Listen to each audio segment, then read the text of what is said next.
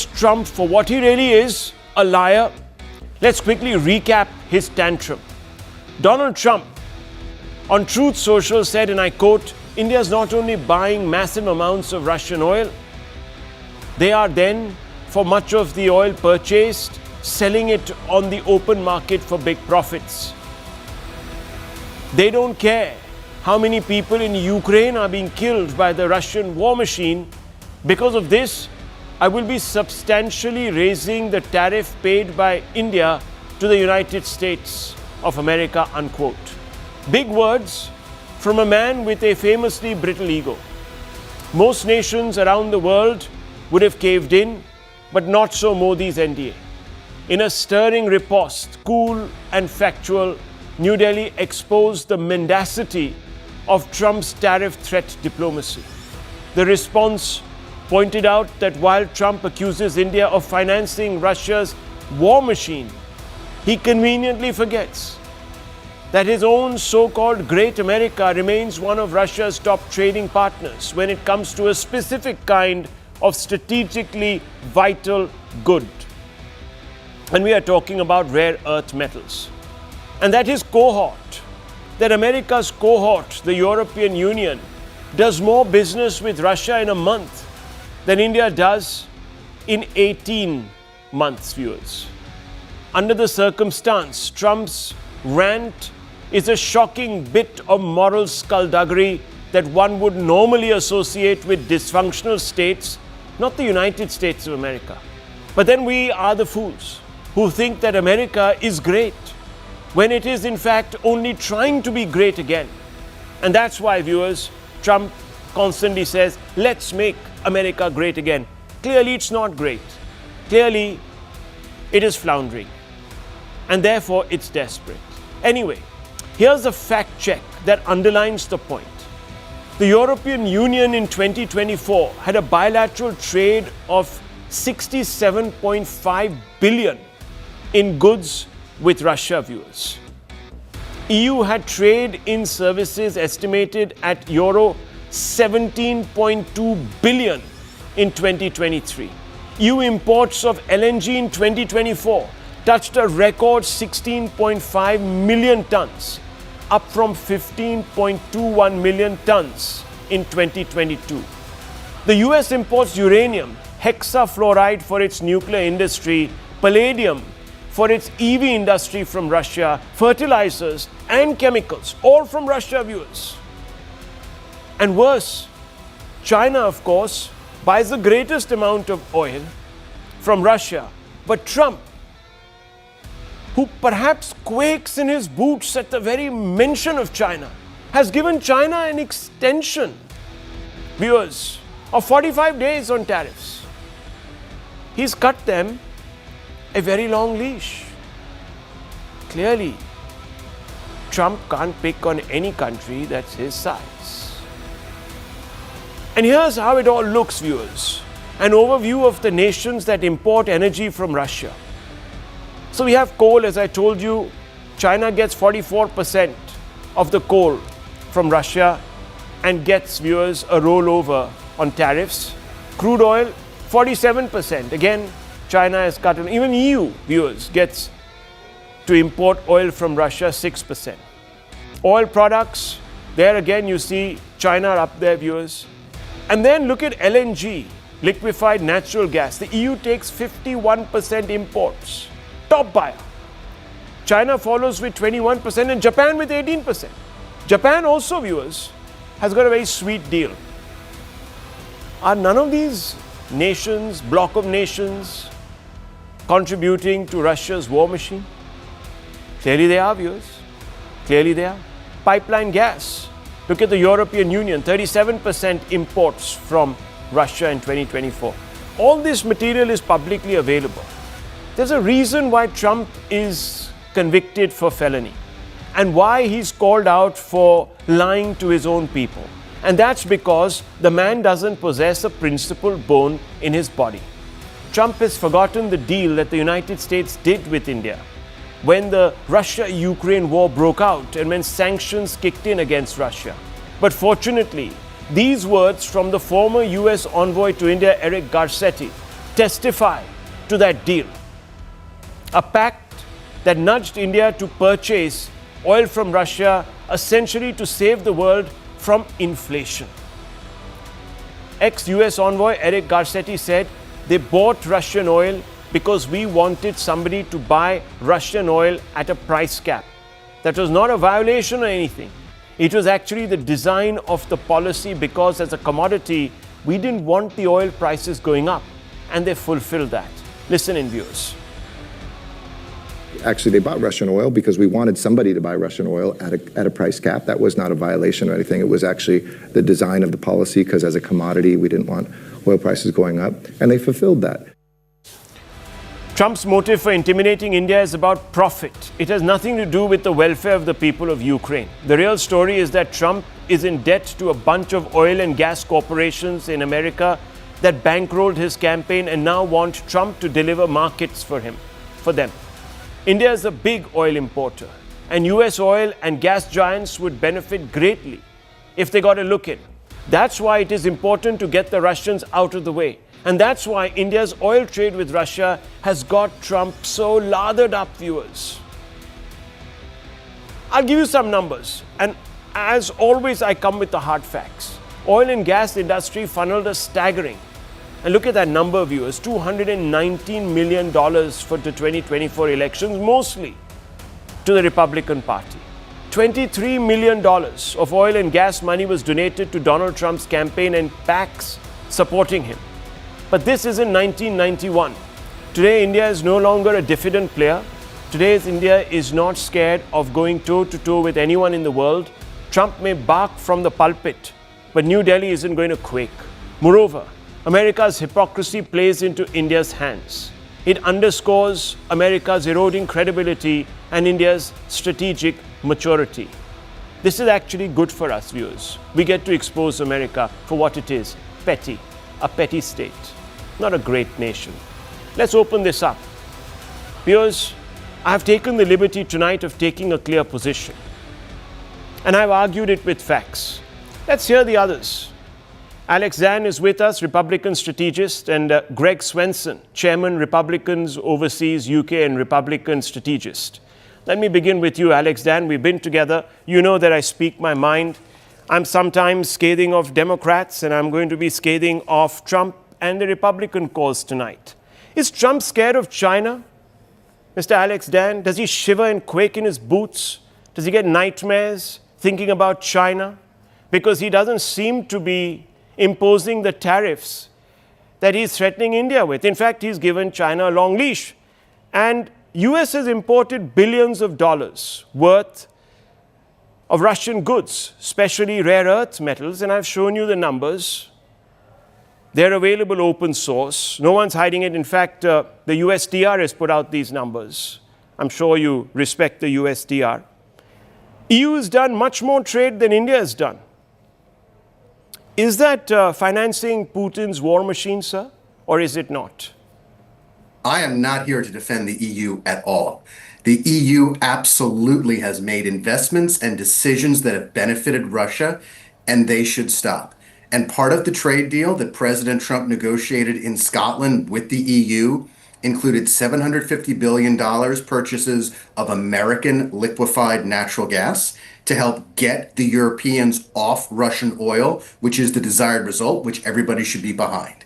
Donald Trump is afraid of nobody and no one. Wall Street might be concerned about the impact of an escalating trade war between the United States and China, but Donald Trump is focused on getting the best deal for the American people. You talk about a few rare earths being traded back and forth between the United States and Russia. Trade between the United States and Russia slowed to an absolute trickle after Russia's barbaric invasion of Ukraine. There's an oil embargo between the United States and Russia. The United States has cracked down with numerous waves of sanctions, bipartisan support for sanctions against Russia. Russia's war machine is not getting any currency, real or imagined, from the United States of America.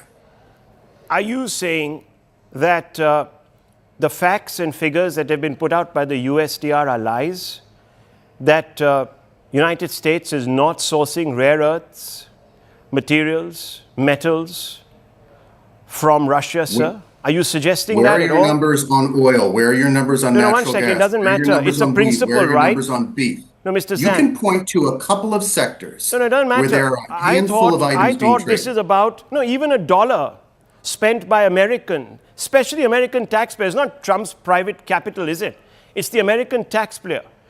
Even a dollar spent in trade with Russia undermines the principle, brings in the United States hypocrisy into play, and opens up the United States to the charge that it doesn't walk the talk.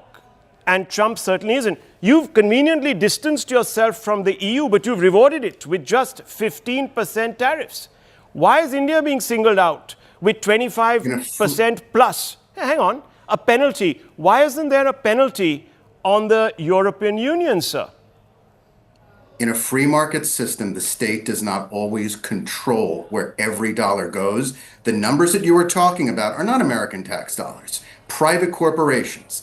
A limited, very small amount of trade occurs between the United States and Russia. Isn't it about the principle? Very small. Isn't it about the principle? And why has the European Union not been slapped with a penalty for doing huge, in your words, huge amount of business with Russia? Why isn't there a penalty? Is it because, and now I'm sorry, I'm going to be a little below the belt, is it because a predominantly white president who wants only white people to come in from Europe, thinks that they are some superior species, doesn't have what some people would say is the gumption to follow through with punitive sanctions against the European Union? Are Europeans different morally? Hang on, are Europeans, the question I'm getting at, the question I'm getting at, sir. You posited something and I'd like to respond to. Please. No. The answer is no, no, no, no, no. President Trump deals with individual countries, individual blocs, individual nations as they come to him. The negotiations with the European Union moved along more speedily and were finalized more quickly. The first person to the table gets the best deal. That's been true when President Trump was in business. I'm talking about a it's been true when President Trump's in the White House. I'm talking about a penalty. Look, we've got a 25% tariff. We can live with that. Yeah. Right? Now, you can say that it should be lower, it should be higher, this, that, the other, we should have got more access to. That's a market to market, that's a business to business decision. But we're also facing a plus, and that's the penalty. And why is that penalty, in the words of Donald Trump, imposed on India? Because we are financing the Russian war machine. Why shouldn't the EU also be slapped with a penalty by Mr. Trump? Why? Because is it because Europeans have higher moral standards than Indians? Is that the reason? Because the ink has been signed on the EU trade deal and it has not been signed on the trade deal. I'm sorry, sir, that doesn't cut it. I'm talking about a penalty. These are two very different things. We're not talking about the trade deal. We've already paid a penalty of sorts for not coming to the table. That's 25%. But we are being penalized, sir. The word is penalized. P-E-N-A-L-I-Z-E-D. You know the spelling. You know the meaning. Why is the European Union not being penalized for committing the same so-called crime of financing the Russian war machine? Alex Dan, answer the question. Everybody wants a trade deal between the United States and India. This is not about trade. This is about a principle. Getting to that result. This is about a principle. And it's also been 3 days. It's about a principle, sir. So weak is that it's going to crumble after 3 days of higher tariffs? Is that what you're saying, Rahul? I'm coming to you again with the question. I'm repeating it. Maybe you're not understanding my English, which is unfortunate because I do happen to speak quite well. The question is, why has a penalty been imposed, sir, on India for trading with Russia and not on the EU for trading with Russia? It's not just about trade. It's also about the S-400s. It's about the Russian air defenses that India has bought. Let me read out Mr. Trump's quote to you once again. Because this is about financing the Russian war machine. Are you disputing that India has purchased air defenses from Russia? At the end of the day, are we using it? No, hang on. I'm not. The point is, it's about the quantum of money that you pay to the Russian Federation, sir, for services and goods that you procure from them. So it doesn't matter what you buy. You could be buying, pantyhose. You could be buying underwear. Matter. You could be buying rubber bands. You could be buying missiles. You could be buying marbles. You could be buying any number of goods. The fact is, when you buy goods from Russia, you end up, in your words, financing the Russian war machine. It's as simple as that. Apples to apples. Why has Europe gotten away with buying goods from Russia, sir? Let me tell you something, Rahul. Pantyhose, rare earths, and surface-to-air missiles are different things. There is a different level of engagement with Russia. When you are buying Russian military hardware, it is far worse than if you are buying pantyhose, marbles, wheat, or rutabagas from Russia. Do you believe Mr. Trump? Do you believe Mr. Trump? On this specific... No, do you believe him in general? Do you believe him in general? Do you think that Mr. Trump... I believe he absolutely says what he means and means what he says. Then listen to this quote, viewers. Now let's go with apples for apples. Trump says they bought Russian oil because we wanted somebody to buy Russian oil. This is what Trump has said, viewers. Let me quote him again, very, very clearly. What is he talking about? He's not talking about S-400s. He's talking about Russian oil. India is not only buying massive amounts of Russian oil, they are then, for much of the oil purchased, selling it on the open market for big profits. He's talking about oil. EU buys oil. India buys oil. Both of us buy the same commodity, OIL, 3 letters. Viewers, yet EU gets away with 0 penalty. India gets an unspecified penalty, which we are now going to be told what it will be in 24 to 36 to 48 hours. Viewers, in my book, that is unfair. In my book, that is Mr. Trump being mealy-mouthed. He is favoring the North and discriminating against the South. He is behaving like, viewers, in the past, a white supremacist. I'm sorry I'm making it about race, but that's the only difference I see, because I don't understand. Morally, we are on the same plane, so there must be something about us that is singling us out for punishment. What could it be? Yeah, you've got Russian air defenses. Okay. That's what. Okay. Let me bring in. Look, there's a changing of goalposts happening, viewers. Trump hasn't talked about the S-400s. We buy American weapons. We buy very nice American weapons. We have bought a large number of Predator drones from America. We bought lots of other important assets that we have used, like for like. We're specifically talking about oil. The thing that Alex Dan is not wanting to tell you, viewers, and I don't want to put words in his mouth, I'll open this up, but let me bring in Sushant Sareen and Sohail Seth, the BJP national spokesperson, and Greg, who is there with us. I'm sorry to keep everyone waiting. I just wanted to expose the hypocrisy that's running riot on this panel tonight, viewers. Let me begin with Sushant Sareen. Sushant Sareen, we're being punished now, we're being told, not for purchasing oil, but for the S-400s, which might indeed be true. But you can't discount the oil because Trump is talking about it, yet the EU is getting away with it, and we are not. China is getting away with it. They're getting a 90-day tariff pause, while we are not. What's happening here? I think what's happening is very clear, Rahul. Look, at one level in international relations, hypocrisy is the name of the game. You can keep pointing it out, but let's face it, it is there.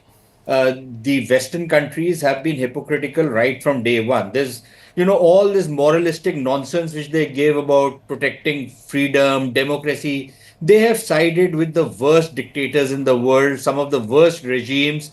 These are people who even supported genocidal regimes like Pol Pot, right? So for us to hear lectures on democracy, that they are fighting for freedom, that's utter nonsense. That's part of hypocrisy, but that's part of world politics. I'm okay with that. My problem is that, when these guys start talking about free trade, so let's talk about the weapons trade. If I get a weapon system at a reasonable price and of reasonable quality, which I can afford from a country, why should I not buy it? Just because the Americans have bad relations with the Russians? Yes, I've not exactly endorsed the Russian invasion of Ukraine. But then this is not my fight, right? Just as when I have a fight with the Pakistanis, the Americans don't stop their relations with the Pakistanis because I have a fight with them. The Americans are not going to stop trading with the Chinese if I was to have a scrap with them. So this is how international relations go. For them to tell us to do what they're asking us to do is simply not on. It's plain and simple bullying, and he thinks he can bully us. He can indulge in the most boorish, ugly Americanism possible because he thinks he can get away with it. Maybe he can, maybe he can't. We'll find out. Secondly, I see this as the revival of the old East India Company model. What was the old East India Company model? That the Americans will sell their goods to me at zero tariff. I cannot charge them any tariff. They will sell it at zero tariff. Exactly what the East India Company, colonial power and the imperialists used to do. My goods will go to them at tariffs which are unaffordable and which kill my industry. So he wants to kill my industry. He wants to sell me stuff which will destroy the lives of millions of my farmers who are living a marginal existence but trying to make something of their life. So he wants to destroy my agriculture. He wants to destroy my industry, and he wants that I should pay the price so that the Americans can keep living it up the way they've been living it up without having to work for it. Okay? And then on top of that, what he does is the old East India Company model of sucking out wealth. So he has ordered the Europeans, the East India Company just used to steal. So you're saying this is an exploitative. You will invest money in my country. Okay. You will invest $600 billion, $700 billion, $200 billion on what, where, when, how, nobody knows. But he has extorted money from them. This is the gangster model of imperialism, which we are seeing. Now we have to decide how far we are willing to put up with it, and how far we ask these Americans to go and shut up and take a hike. It will cause a lot of problems for us. Let's make no mistake about it. Okay. But then, either we can pimp ourselves and say, okay, fine, we are harlots for sale. You can buy us out for whatever you want. Or we say that no. Unfortunately, that's not the India that we are. Exactly. And I think Trump has really, really messed this up. And being an egotist, he doesn't quite know now how to walk back from the edge of the cliff that he finds himself standing on. But, Sanju Verma, there is another lie that I need to maybe ask you, because you represent the BJP, the party in power here in India. There is something else that is irking the BJP about all of this, and that is the fact that a partial picture has been painted about the trade imbalance. We're being told this is an unequal relationship, Sanju Verma, when the fact is there are services trade, in-country revenues of US firms, capital flows, and India's complementary trade profile, which is being completely overlooked. Could you elaborate on this? I mean, we're talking about Apple, Amazon, Google, Boeing, and Lockheed Martin. They're deep in the Indian market. They're making huge profits here. You have US surplus in services. US runs a service trade surplus with India, particularly in financial services, education, intellectual property. So if you really include all of that, the Americans are getting a very sweet deal. Would you agree with me? Or would you think that I'm oversimplifying here? Rahul, a couple of things. Obviously, trade deals are never as easy as they seem. It is complicated. But I have been taught since childhood, the best way to deal with a bully is to look at a bully in the eye. And I think that's exactly what India did 24 hours back. You've, elaborated very succinctly how, the United States of America has been buying Russian, rare earth metals. Yeah. Uranium, palladium, so on and so forth. I just want to make a couple of points here to showcase US's hypocrisy. US has had sanctions on Iran for the longest time since 1979. For 46 long years. They may have come and gone, a wee bit on and off in the interim, but by and large, comprehensive sanctions. And guess what?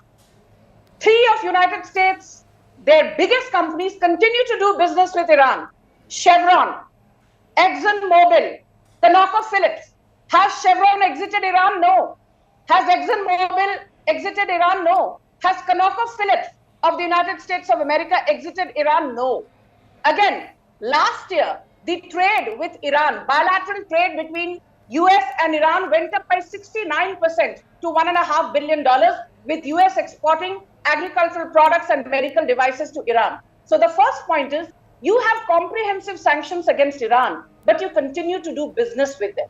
The second point is Venezuela, a large oil producing country with the world's largest proven oil reserves of more than 300 billion barrels, has been brought down to its knees. Why? Because since 2006, in the last 19 years, the United States of America has had comprehensive sanctions against Venezuela. But guess what? Chevron, ExxonMobil, and ConocoPhillips continue to operate in Venezuela. And last year, the US and Venezuela had a bilateral trade of $11 billion, which is not small given the size of Venezuela's economy. Now, the third point I want to make is this, and this is very important. These are the US companies which continue to thrive in Russia and do great business with Russia. Before asking India to curtail purchases of Russian oil, the United States must answer this. Why is Pepsi still present in Russia? Mars, Cargill, Procter & Gamble, Philip Morris, Johnson & Johnson, Mondelez, Coca-Cola, Subway, TGI Fridays, Tom Ford, Tupperware, Zimmer, Stryker, Titan International. I can go on and on. These are US companies operating in Russia without caring two hoots. Will you ask Coca-Cola to stop operating in Russia? Will you ask Procter & Gamble to stop operating in Russia? Will you ask PepsiCo to stop operating in Russia? Will you ask Mars to stop operating in Russia? Will you ask Tom Ford to stop operating in Russia? Now, the next point that I want to make is this. This is very important. I always say, and this is not, I don't care two hoots if people call me a cheerleader of Prime Minister Modi. Of course I am. And I say that without batting an eyelid. But the moot point is this. In September 2024, the Modi government was way ahead of the curve. And what did it do? Three of our biggest exports to the United States of America, one is basmati, non-basmati, parboiled and brown rice. We reduced duties on these categories of rice from 25% to 10%. Yeah. Second, our biggest export, give me 20 seconds. Our second biggest export to the United States of America is textiles and apparel. Yeah. Again, we reduced duties from 15% to 2.5%. And the third biggest category of exports out of India to the US is gems and jewelry, where we reduced export duty from 25% to barely 5.75%. So my limited point is, even before the retaliatory tariffs came in, India had done the needful by reducing tariffs by more than 50% on some of its biggest products out of the export basket of India. That brings us back to this question. And I want to bring in Mr. Svensson. Mr. Svensson, thank you very much. I'm sorry to have kept you waiting. You could see that I was trying to tweeze an answer out to Mr. Zan. He was changing the goalposts. So blame him, don't blame me. No. But Mr. Sven, I need to ask you this because, Ms. Verma on the panel has touched upon a question that I was about to ask you.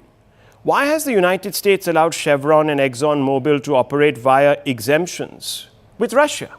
This is no longer just about rare earth minerals. I'm sure you know about this fact. Even ExxonMobil and Chevron, through exemptions, operates to procure Russian oil products. These are American companies since I last checked. 1. 2. Does Trump want India to stop buying Russian oil because he wants India to buy US oil? Why does he want India to buy US oil? Because US oil majors that have funded his campaign want payback. They want a new market. They want India's big market. India is a net importer, one of the biggest global importers of energy. They want that market. So Trump comes swooping in on the back of these oil companies and wants to catch Mr. Modi by his collar and shake him up and say, come on, my friend, my dear friend, howdy, let's get this deal done. Give me some business. Give my oil major, my favorite drill machine gunners some business. Okay, I'll try to address a few of these things. First of all, President Trump has, yes, the campaign accepted contributions from a number of different industries. President Trump cannot be bought. He is not doing any of this on behalf. You sound like a rabid Democrat in America complaining about Trump's tax cuts for billionaires when in fact it's the largest tax cut for the middle class of all time. So look, he's not owned by anybody. He cannot be bought. He is doing this first for the benefit of the American economy. In the first term, he liberated the energy sector. Yes, the U.S. became the swing price in energy markets. It became the world's largest producer of oil and gas and completely energy independent. And is he advocating for American business? Of course he is, right? He's the president of the United States. As far as rare earth minerals go with Russia, it's the same thing with China. We have some real problems with supply chains on rare earth minerals. So that's something that the president is addressing. When the private sector in America has tried to compete with China by entering the rare earth metals industry or by developing either mines or processing, the Chinese come in and drop the prices to make it uneconomic for Western companies to compete. So that kind of mercantilist behavior is something the president is trying to address. We're going to have to do it by developing our own rare earth and critical minerals businesses in the U.S. in spite of the competition from China or the threats on price dropping or basically dumping. So they're either cutting off supply or they're dumping supply. So it's completely mercantilist and it's wrong. So it's not free and fair trade. These are things that the president's trying to address. As far as the EU, you have a point. I mean, the EU, the Europeans bought $22 billion worth of energy from Russia last year. You know, that wasn't pre-invasion. So that's something the president's been addressing since 2018. President Reagan was addressing it in Germany in 1981. The German and other European dependence on Russian energy has to be fixed. And that's why the president threatened tariffs of 25, even 50% on the EU. So you talked about the difference between the tariffs and the penalties on India versus the EU. Bringing in race and the color of someone's skin is obscene. It's nothing to do with that. And but the president is going to be transactional. And so he cares about markets. He cares about American interests, of course. He wants India as an ally. He would much rather have India as an ally than have India partnering with China, partnering with Russia. So these are things that are big picture issues. The president, of course, is going to have the interests of the U.S., but he's going to threaten people with tariffs. He's done it before. And look what happened, as Alex pointed out. We did a deal with the EU, very favorable to the U.S. We did a deal with Japan. We've done deals all over the world. We want to do a deal with India. If there's some threats of tariffs because he doesn't like India buying Russian oil, good for him. Greg Svensson, you haven't answered my question, actually. We've talked about a lot of issues. You built a very sympathetic case for America's right to do business on its terms. No one is denying that. We're not whinging about that. I don't think you heard me whinge about that. We're whinging about, we're complaining about double standards here on principles. Now, does transactionalism, you've used the term transactional. Trump is transactional. Does that preclude principled behavior? Should a United States president be behaving principally, or should he be abusing his position and his authority? Point one. If he is going to behave principally, you yourself have conceded that the EU does a lot of oil business with Russia. Why hasn't the EU? To change that. Why hasn't EU? You're trying to change it is a different matter. Why hasn't the EU been penalized like India is being penalized? That's the reason why India is being penalized, because we are supposedly financing the Russian war machine, right? So can you explain, if it's not race, if you think that's preposterous, why is EU getting a easier, more elastic run at bad morality play, just like India is?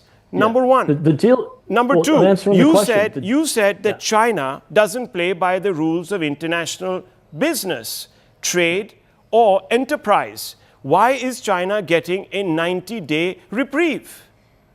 Well, they're not. They have a reprieve until August 12th. So I'm sorry, so I don't that's think you have your facts. Yeah. It's a 90-day holiday on tariffs. Let's Okay. not mislead the audience. So- We're not dumb here. So to answer your first question, the president would hope that he can do a deal with India just like he did with the EU. The threats on India, the tariff threats, are similar to the ones that were threatened on the EU. Now the EU has come back with a really good deal for both the US Show and me the a EU. statement, sir. I'll buy your argument. Show me a statement where Trump said that the EU is going to be punished with a penalty if it continues to do business with Russia. Show me that statement. I am sure the president's trade people have expressed those sentiments. I want to see a statement from Mr. Trump. Can you show it to me? Go to the videotape Viewers, of 2018. Here is a fact, because I did a whole big research on this, because I wanted to be sure when I posed that question so no one could hoik me on my own petard. And I have come to this very well-founded conclusion that Trump never threatened the EU with a penalty for doing trade with Russia.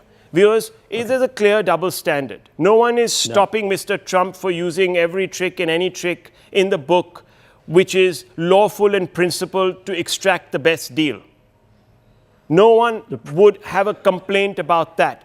What we have a complaint about, viewers, is that America calls India a true friend, but penalizes it for funding the Russian war machine while it does exactly the same, while its partners do exactly the same. What does that tell you, viewers? I'm not going to go into more of this. I want to bring in Sohail Seth, who's even been more patient than Mr. Svensson tonight. And Mr. Sohail Seth, my apologies to you. I have to ask you this because we're now on the 33rd minute into the show and I want to move on. But I want to ask you, how do you react to the debate, number one, and Mr. Trump's threats? I believe that Donald Trump has not covered himself even in the minutest of glory, because not only is his style one riddled with petulance, but it doesn't behove the leader of the so-called free world. I mean, he is hell-bent on bullying countries that will not succumb. And I think what the Prime Minister of our country, Narendra Modi, and what the government is doing is the right thing. We cannot be a nation that is a supplicant to America and American hegemony, and then believe that we need to sacrifice everything that we hold dear, both as a country and as a sovereign republic. So I think the fact that we are pushing back is important. Otherwise, he will ride all over you. You know, a bully is essentially a coward, and that's what Donald J. Trump is. He is a bully. He wants people to engage. He wants Narendra Modi to fall for that bait and to respond to him. And look at everything he's doing. All his optics, all his signals. Oh, I may go to Pakistan. I may do this. I may do that. It's a petty way of a school bully trying to goad people into a fight. And I'm glad we're not falling for this rubbish. Okay, well, listen, we've heard a plethora of views from different standpoints, viewers. We must all respect these points of view because we're actually in a democracy. But I just want to say one thing before we move on to the next half of this show, which is related. And that is that you judge people by the principles they keep. And here it is becoming increasingly clear that there's a separate standard for certain actors on the global stage and quite different for India, which means that Donald Trump is not being principled. The opposition in America says that he was not presidential. Now it turns out that he's also perhaps not principled. That's my view. You can chew on it, viewers. You've heard everybody. You've heard their defense. You may agree with me. You may disagree, but I leave it out there. I just want to move on down the same path, the same trajectory, because we have other issues to talk about. For the past 3 decades, India and the US have been wonderful friends. And no matter who has ruled the two countries, have found more and more ways to cooperate and to mutually benefit each other.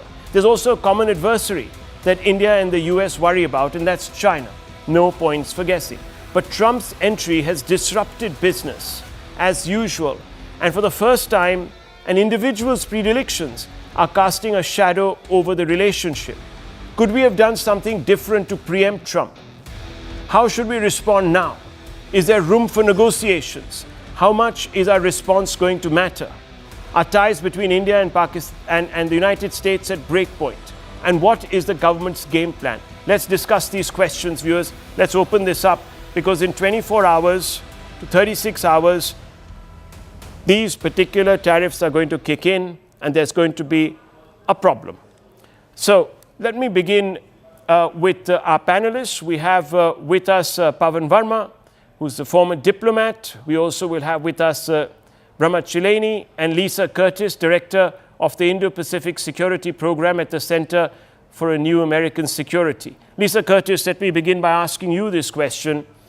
Could India have done something more to have preempted Trump?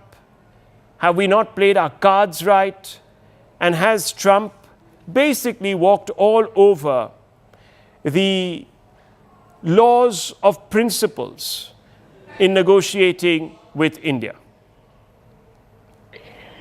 Well, I don't think there is much that India could do to preempt the tirade that we've seen President Trump go on in the last week or so.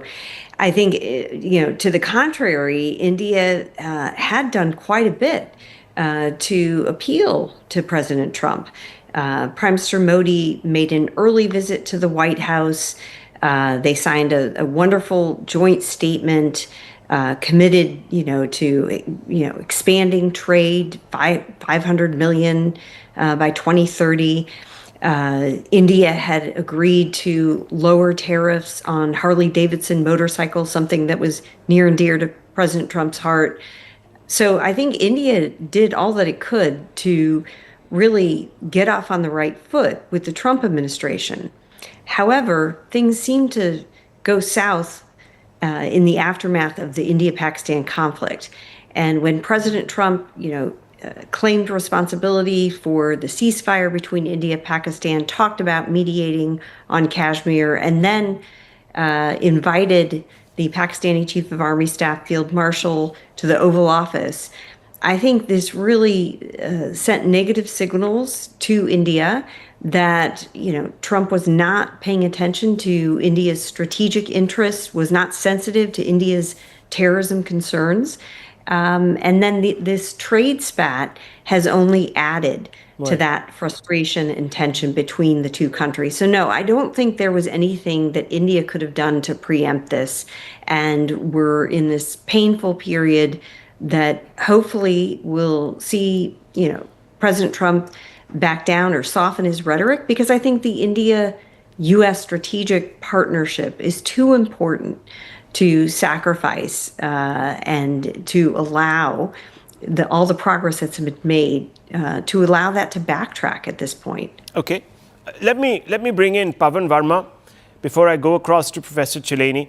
Pavan Verma, how much elbow room has Prime Minister Modi domestically to negotiate with Trump? We've seen the opposition strike a strident posture, saying that Modi must not surrender. What do you think domestically is the Prime Minister's remit here? Thank you, Rahul. I think I'll put it as succinctly as I can. First of all, I think that we should slightly devalue our reaction to Donald Trump, who's a temporary nuisance. He's not an immovable roadblock. He's not a defining force. He's an aberration. He's a president in his second term, and within a year and a half, America will start going into the labor pains of the next presidential election. Now, let's accept that Trump is unstable, eccentric, erratic, unpredictable, and possibly obnoxious. Let's accept that. What has India to focus upon? India's focus must be first on its own reaction, which with such a kind of president in America should be based on three pillars: dignity, self-esteem, and strategic autonomy. They can never be compromised, not only by India, which is one of the rising powers and has its own leverages, but by any self-respecting country. Secondly, I don't believe that we need to overreact to everything that Trump says or does in a manner which jeopardizes the much wider canvas and spectrum of Indo-US relations. It is stupidity to throw the baby of Indo-American relations out of the bathwater, which is Donald Trump's tantrums. So, first of all, we should keep an eye on the big picture. India and America have many things in common. Right. The relationship has been growing.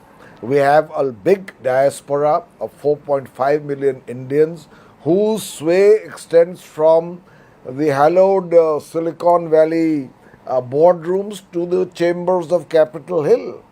We have America is the largest market for Indian services and goods, as well as India's largest FDI investor. Now, Trump is trying to provoke India, and he does that. Don't try to find a principle there. He is saying India will have to buy oil from Pakistan, the epicenter of terrorism, of which America was the worst victim possible after 9/11. So, this is Trump. I think there could be the beginnings of dementia. Okay. So, we need to look at the longer picture. This is a question that I now need to Indo-American explore. relations. Okay, one second, Sanju Verma. Let me just bring in Professor Chileni, and I'll come to you, Sanju Verma. I have a question to ask of you also. Professor Chileni, should we dismiss Trump as an aberration? Will he, maybe in a 2-month period, soften his negotiation style, pull back a little bit? Do you see that happening? Or is this a bigger question mark on the relationship as such? First, Rahul, we should not forget that the US-India relationship began fraying under the Biden administration.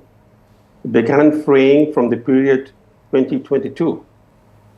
And several major differences cropped up on Joe Biden's watch. So we shouldn't overemphasize the Trump factor. There's something happening in the US-India relationship that should worry us all. Lisa Curtis was right in saying that the US-India relationship is too important to lose. This partnership is pivotal to maintaining the balance of power in the Indo-Pacific region. India is the only Asian economy that trades more with the US than with China. And the US actually enjoys a significant trade surplus of up to $40 billion with India, if we include education, digital services, defense transactions, and royalties in the trade figures. True. And the striking irony of the US-India tensions today is that Modi has come to be seen as India's most pro-US prime minister ever. So the strains and ties with Washington are only reinforcing the Indian imperative for better balance and greater maneuverability in foreign policy as a hedge against American unpredictability. And this imperative began appearing during the Biden administration, when many in India began saying, oh, we need better balance. We can't trust Americans. So I think it's very important not to overemphasize the Russian factor. Now, Trump's focus on Russian oil, which is now at the center of his new hardline stance against India, that focus on Russian oil reflects both his frustration with Putin for not accepting a ceasefire at a time when the West is staring at a possible defeat in the Ukraine war. The Russians are expected to launch a summer offensive, and the last thing Trump wants is for the West to lose the Ukraine war on his watch. That would tarnish Trump's legacy. So he's becoming increasingly desperate.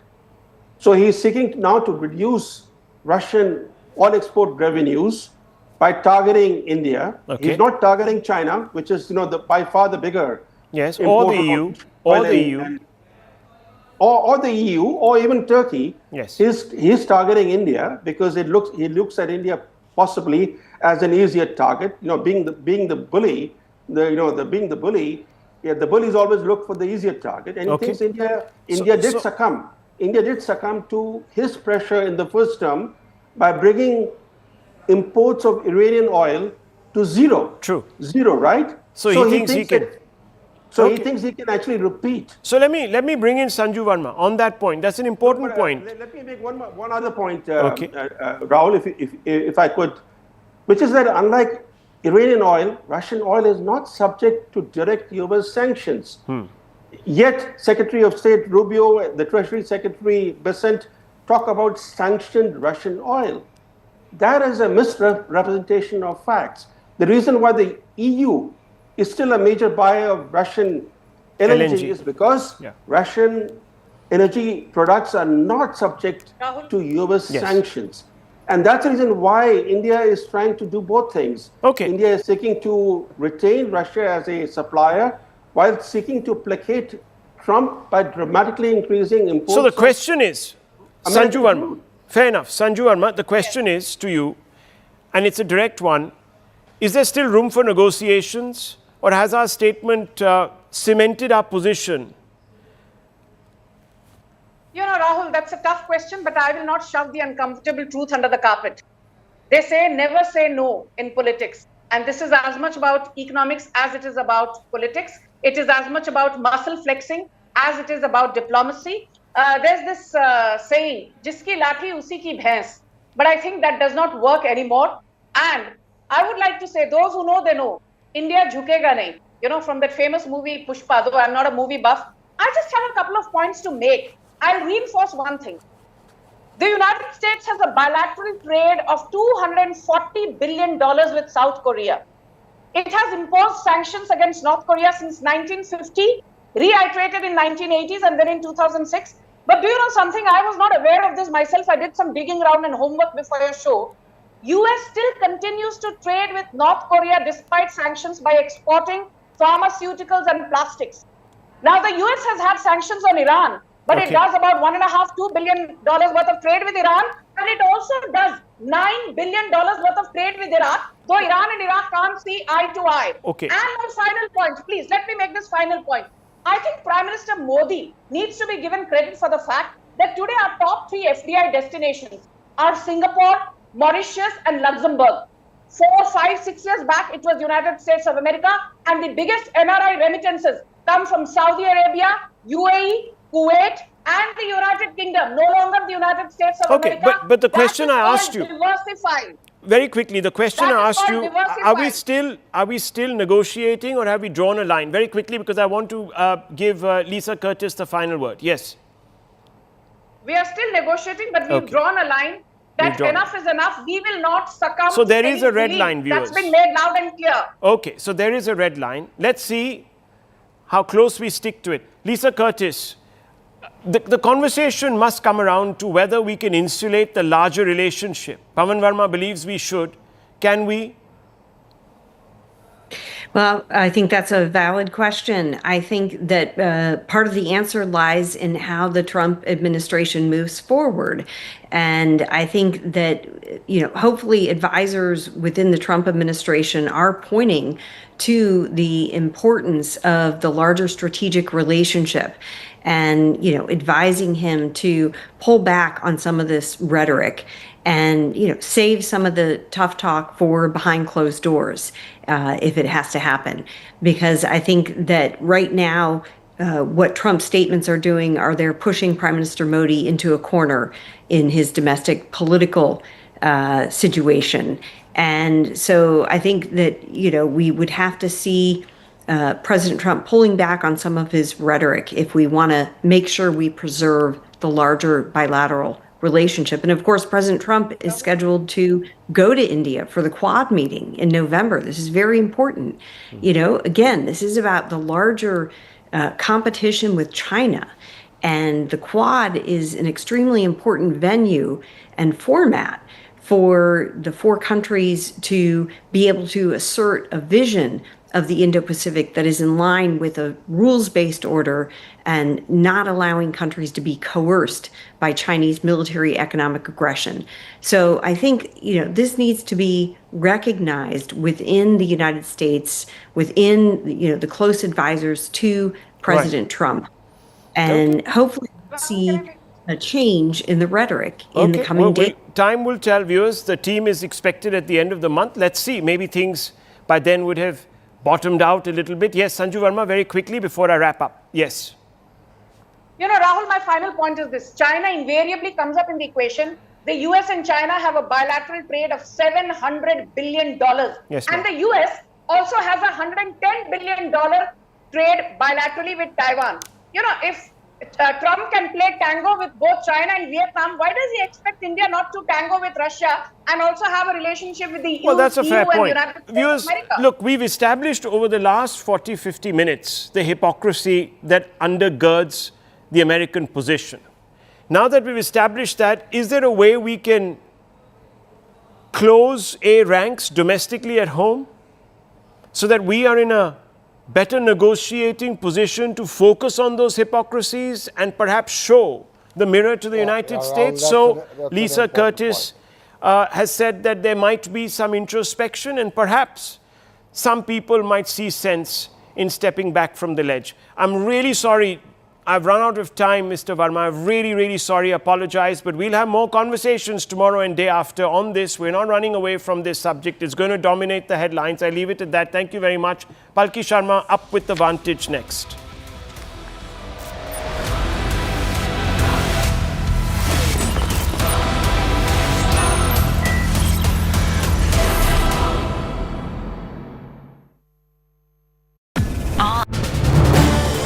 This is News 18 Network.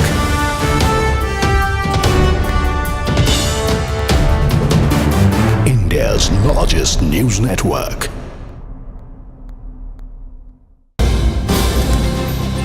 All right, inside visuals coming in off the parliamentary meeting that we told you is taking place as we speak right now. The Prime Minister likely to get felicitated. The Prime Minister will also be addressing all the gathered MPs.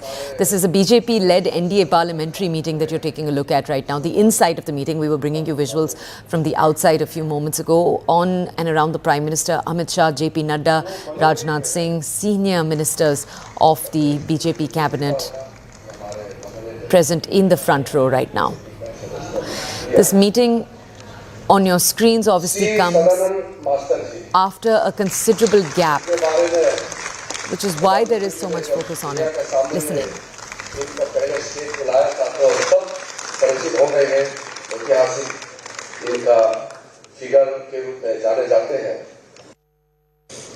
Shri Harshvardhan Shringla ji, former Foreign Secretary hai. All right, as we told you a little while earlier, we're likely to see the Prime Minister give an address in a few moments from now. He's expected to speak on a host of current issues. These are all issues that the opposition has been raising the heat over. One obviously is the SIR, and what they say is the EC's alleged partisan conduct favouring the government. The Pahalgam terror attack, Operation Sindoor. Right now, we can see different leaders, MPs gathered there, being felicitated. Yeah, please look that side.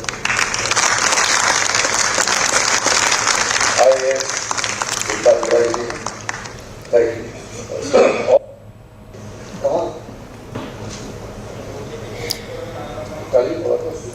On your screens right now, you're watching as different MPs watch the announcer. This is the inside visuals coming in from the key NDA meeting that, as we told you a little while earlier, is taking place after a considerable gap of time. Now, we're likely to see two things take place in the next few minutes, according to sources. The first is that the Prime Minister is likely to speak, but also that he's likely to get felicitated by the parliamentary party over his government's response to the terror strike. Prime Minister Narendra Modi during this time There is also, but this is not likely to be discussed in this meeting, the vice presidential names and nominees. On 22nd April, That process is going to be kicking into full gear very soon. A front and proxy of Tariff inflicted a devastation people in cold blood and segregating them based on. Remember, since the 2024 Lok Sabha elections, the sessional meeting of the party MPs was expanded to include its allies. And that kind of meeting, the first such meeting, was on July 2nd. But no meeting has been held in the last few sessions. The meeting that you're watching on your screens is attended by MPs of the ruling alliance. And usually the Prime Minister will cover a sweep of political and governance issues, at times touch on the government's agenda in the Parliament. What he'll also do typically is offer to the MPs talking points to be raised in public. Now, I just want to go over to our colleague Arun to understand. Arun, what are we watching take place on our screens right now? Obviously, we're looking at the inside of the parliamentary meeting, but we were watching as it looked like different MPs were being felicitated on the stage one by one. What were we watching? Well, that's right, Zoya. I mean, it's a very important meeting, as we were in fact earlier discussing that this is the first NDA parliamentary parties meeting post the Operation Sindoor, because this is the first monsoon session post that operation. So it's very important. And of course, we are seeing the Prime Minister Modi has also arrived there. All of the NDA MPs are must to be present in this meeting. And you will see Prime Minister Modi will be giving out a very important message from this platform. We know that the parliamentary party meeting has been a regular feature of the NDA, but this, of course, holds a different significance altogether. Our colleagues Payal and Aman also join us right now on the phone. Arun, unfortunately, we're not being able to hear you very clearly, so we'll just go over to our colleague Payal right now to understand more. Payal, what were we watching take place right now in the start of the meeting? It looked like different MPs were being called to the stage. You just heard Kiran Rijiju, the Parliamentary Affairs Minister, read out a long resolution passed by the NDA congratulating Prime Minister Narendra Modi's excellent leadership for Operation Sindoor. Remember, it's been a very, very, well done operation. We've been able to avenge the revenge as far as the Pahalgam.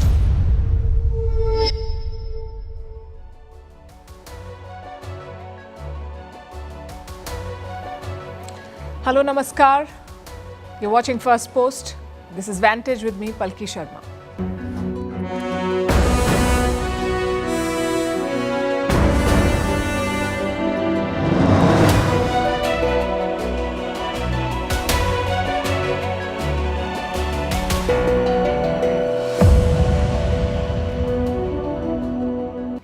India has stood its ground and fired back at Donald Trump.